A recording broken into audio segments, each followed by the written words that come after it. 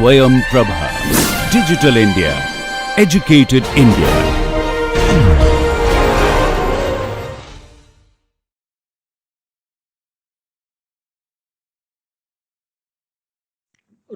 When you take rho tends to 0 from the right, rho times modulus of log rho will go to 0. Because rho tends to 0, mod of log rho tends to minus infinity, but it tends to minus infinity at a rate slower than the rate at which rho tends to 0. So product goes to 0. Yeah, any doubts? So otherwise I will go ahead. You can go ahead. So this is what we wanted.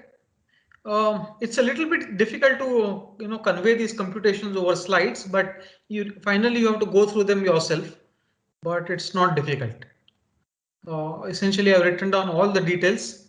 The one little typo is that in the line after note that the right hand side of that equality, the denominator should be 1 plus rho square e raised to 2I theta. I'll make that change, but that doesn't affect the rest of the computation. Okay. So people wanted jokes, so I've introduced one joke. This is not a great joke, but this is a very popular joke which is told about mathematicians. So an engineer and a physicist are in a hot air balloon, and after a few hours they lose track of where they are and descend to get directions. And they yell to a jogger, "Hey, can you tell us where we are at?" And after a few moments, the jogger responds, "You are in a hot air balloon." And the engineer says, "You must be a mathematician." And the jogger, shocked, responds, "Yeah, how do you know I was a mathematician?" "Because it took you far too long to come up with your answer. It was completely correct and completely useless." So it's a popular joke told about mathematicians that what they do is completely correct and totally useless. Mathematicians sometimes even pride on the fact that what they're doing is useless. I don't think that's the right point of view to take, but anyway. So there's a related quote by G.H. Hardy, whose name came up with one of the earlier lectures. "I will only say that if a chess problem is in the crude sense useless, then that is equally true of most of the best mathematics. That very little of mathematics is useful practically, and that the little that is comparatively dull." So whatever is useless is whatever little is useful is dull, and whatever is interesting tends to be useless. It's Hardy's opinion about mathematics at large. And well, incidentally, complex analysis is a very good counterexample to this quote. It is very interesting and it has applications both. And well, the second is not just a joke, it's a true story. So in the 1980s, some company tried to compete with the McDonald's quarter pounder by selling a 1/3 pound burger at a lower price. The product failed because most customers thought quarter pound was bigger. A true story. I think McDonald's was selling a certain quarter pound burger for a certain price, and this company tried to sell this 1/3 pound burger at the same price or maybe lower. And most customers thought quarter pound is bigger than a 1/3 pound. Seems to be a true story, at least. Okay, so that takes care of the humor in the talk. Now let's mix some. So we have seen some examples. Now let's mix it up with some interesting theory. So I want to discuss another very interesting theorem in the subject called the maximum modulus theorem. An important theorem in complex analysis states that a non-constant holomorphic function on an open connected domain never attains its maximum modulus at any point in the domain. This is called the maximum modulus theorem. Once again, this is vastly different from what happens to real differentiable functions. In fact, even for real analytic functions. So for example, real analytic functions can attain their maximum anywhere, right? So if I take the function sin x in the interval 0 to pi, it attains its maximum value at pi by 2, which is an interior point. But this is not true for complex analytic functions. For holomorphic functions, it never attains its maximum at an interior point. So we will use Cauchy integral formula and the identity theorem to prove maximum modulus theorem. So I hope the theorem is clear. If you have a non-constant holomorphic function on an open connected domain, it never attains its maximum modulus at any point in the domain. That means, yeah, given any point in the domain, you can find another point in the domain at which the value is strictly greater than the value at this point. Is the theorem clear? Yes, sir. Yes, sir. Yeah. Never attains its maximum modulus at any point in the domain. So the proof is easy. So proof, suppose there is a z0 in omega such that mod of fz0 is bigger than or equal to mod of fz for all z inside omega. Then we'll prove that f is a constant, and that will be a contradiction. Let gamma be a small circle around z0 with radius little r such that the closed disk with boundary gamma is contained in omega. Yeah, so choose a small disk around z0 which is contained inside omega. We can do that because omega is an open set. So Cauchy integral formula gives f of z0 is equal to 1 upon 2 pi I integral fz dz upon z minus z0, which is 1 upon 2 I. Make a change of variables, so z equal to r e raised to I, little r e raised to I theta. So f of z0 plus r e raised to I theta times I r e raised to I theta d theta upon z minus z0 is e raised to I theta. So that the e raised to I theta cancels, the I cancels with the I outside, and you are left with 1 upon 2 pi 0 to 2 pi integral from 0 to 2 pi f of z0 plus r e raised to I theta d theta. Hence, mod of fz0 is less than or equal to 1 upon 2 pi times integral 0 to 2 pi mod of f of z0 plus r e raised to I theta times d theta, and which is less than or equal to mod of fz0. This is just ML inequality. The last inequality is just ML inequality. Maximum value of the function is f of z0 and length of the interval is 2 pi. The 2 pi cancels and you are left with mod of fz0. Yeah. So this is what we get using our hypothesis that f of z0 is the maximum value in this disk of radius r and the ML inequality. Just use both of them, of course, along with the Cauchy integral formula. You get this. So mod of fz0 is less than or equal to 1 by 2 pi times an integral which is less than or equal to mod of fz0. So 1 upon 2 pi times this integral gets sandwiched between mod of fz0 and mod of fz0. So it has to be equal to mod of fz0. So therefore integral from 0 to 2 pi mod of fz0 minus f of z0 plus r e raised to I theta times d theta from 0 to 2 pi, this is equal to 0. Just rearranging this inequality gives you this. I mean, so since this is true, the 1 upon 2 pi times the integral is sandwiched between the sort of same values. Both these inequalities are actually equalities.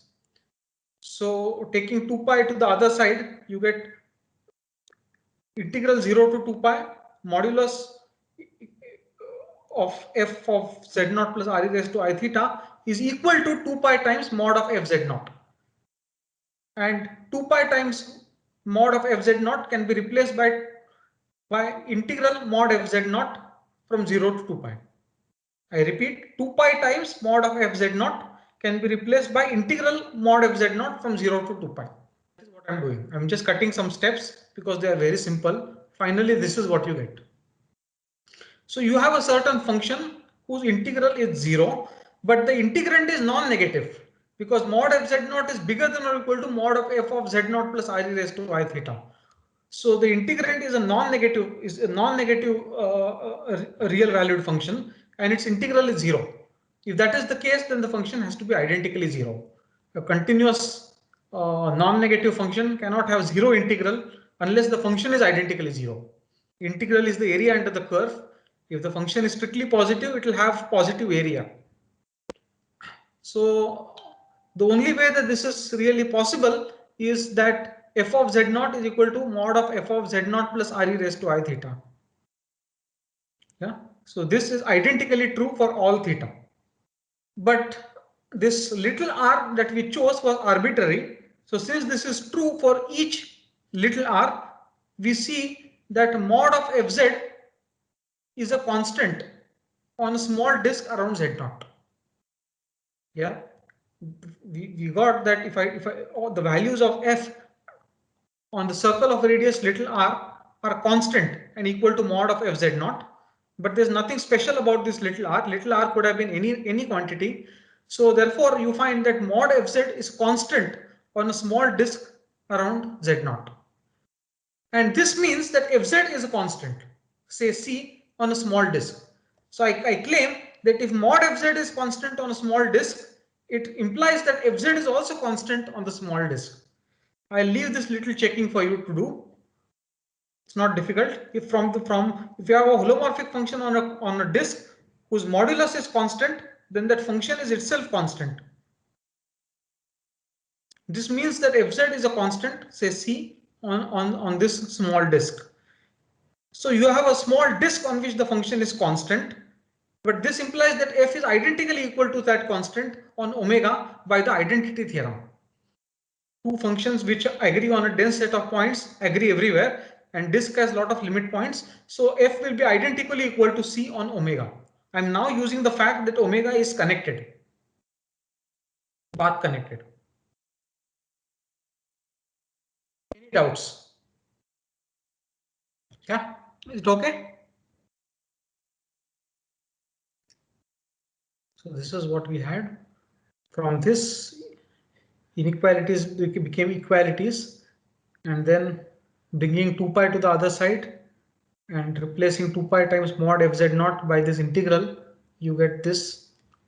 Sir, can you elaborate quickly On which point? on the what do you say fz coming constant if mod fz is constant? So that's a little checking which I want to leave to you all. That's why I'm not discussing it. Yeah, just think about this point. This is the only point which I'm leaving for you to think about. That if mod fz is constant, why is fz constant? Okay, sir. Yeah, you have to, yeah. So, could you elaborate on why we needed to be path connected and not simply connected? Because intuitively, I think, like, for example, if there's any path and to deform it into a circle, we need it to sort of be simply. Why is it path connected and not simple?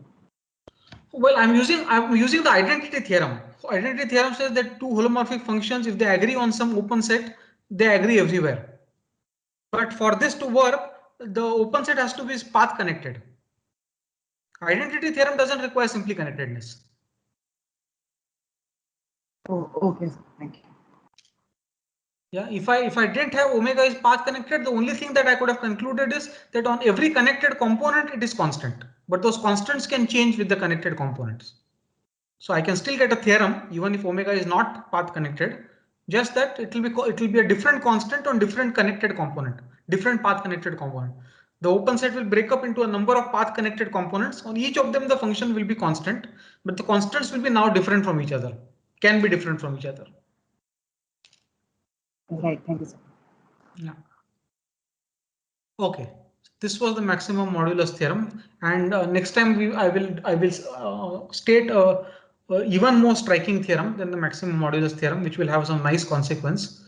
I'll keep the suspense for now. So this maximum modulus theorem is a special case of a even more beautiful theorem, which we will come to next time. A nice consequence of the maximum modulus principle is the following lemma of Schwarz lemma. So D is equal to take the open unit disk and take a holomorphic function from this open disk to C, so that f of 0 is equal to 0 and mod fz is less than or equal to 1 on the disk. Then in fact mod of fz is less than or equal to mod z for all points in the disk, and mod f prime at 0 is less than or equal to 1. Moreover, if mod fz is equal to mod z for some non-zero z, or mod f prime 0 is equal to 1, then fz is equal to az for some complex number a, and with mod a equal to 1. So if the function is bounded in modulus by 1, then it sort of increases slower than the identity function. Mod fz is less than or equal to z, mod z. And if inequality holds somewhere, then fz is just a constant multiple of z. So this is Schwarz lemma. I won't prove this today. This time is up. So I'll begin the next lecture by discussing a proof of this. So this is very nice, right? So it's saying that on the disk, suppose you have the function is less than or equal to 1 in modulus, then the function has to increase at a rate which is slower than the identity function. Z goes to Z, sort of. Yeah, mod fz is less than or equal to mod z for all z in the disk. And if equality holds at some point, then it has a really nice form. Namely, the function is just constant times z. So we won't prove this today. The proof is not difficult again. We'll stop the recording.